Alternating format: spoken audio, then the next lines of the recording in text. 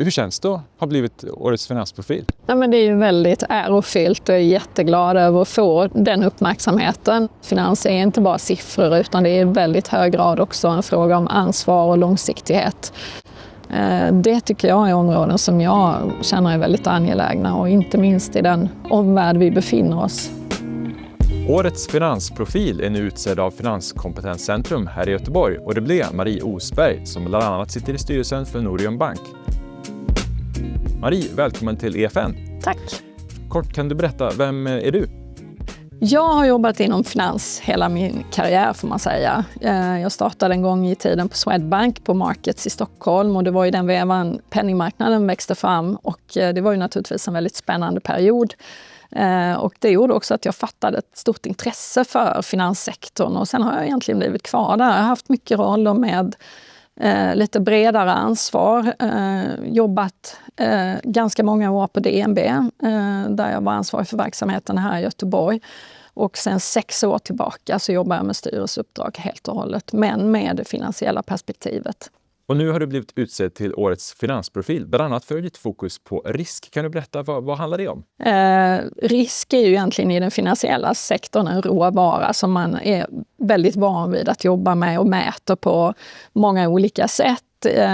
Man jobbar ju också med risk i andra bolag, men jag tycker att det kanske på senare tid mer och mer har gått i den riktningen att man börjar mäta risk på ett lite mer aktivt sätt i form av scenarieanalyser och liknande och det tycker jag är en väldigt intressant utveckling. Vad skulle du säga är den största skillnaden att jobba inom banksektorn nu 2026 jämfört med säg 10-15 år sedan?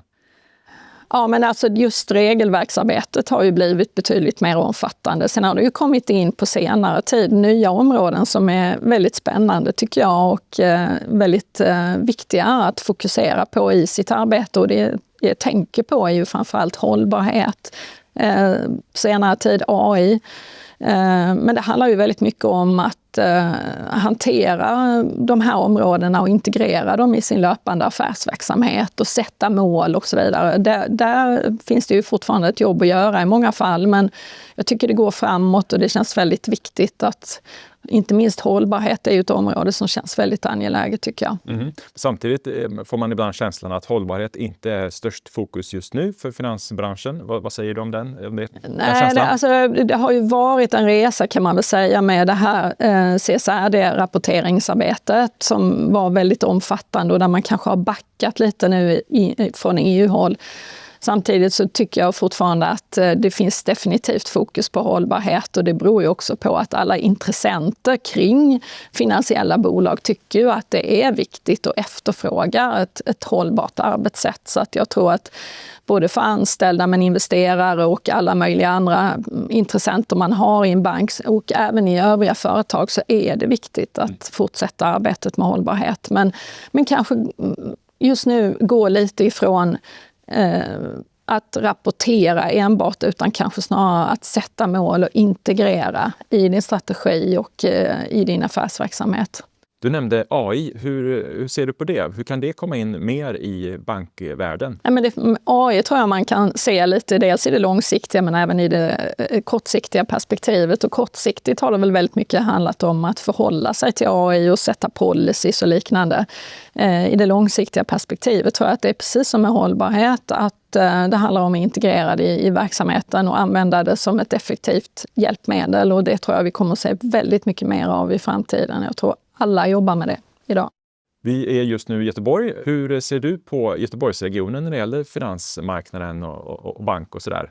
Ja, jag kan väl tycka kanske att under de åren jag har varit aktiv så har det väl skett en gradvis förflyttning mot Stockholm så tillvida att beslutsfattandet i väldigt hög grad sker i Stockholm. Samtidigt tycker jag att Göteborg är en stad som är väldigt relationsdriven.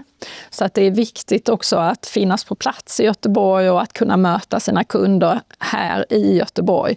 Men jag tror att specialister, till exempel investment banking och den typen av avdelningar, de finns i Stockholm idag och kommer nog att förbli där. Hur ser du på framtiden? Vad gör du själv om 5-6 år sådär? Nej, men jag kommer fortsätta med styrelsearbete tror jag. Jag tycker det är väldigt roligt. Det ger mig väldigt mycket och jag har haft förmånen att få jobba i lite olika typer av bolag, inte bara finansiella, och det tycker jag är väldigt givande. Så att jag hoppas att jag får fortsätta jobba med styrelseuppdrag framöver också. Stort tack för att du var med i EFN, Marie Osberg. Och med det säger vi också tack till er som har tittat. Glöm inte att ladda ner EFNs app. Den finns där appar finns att ladda ner.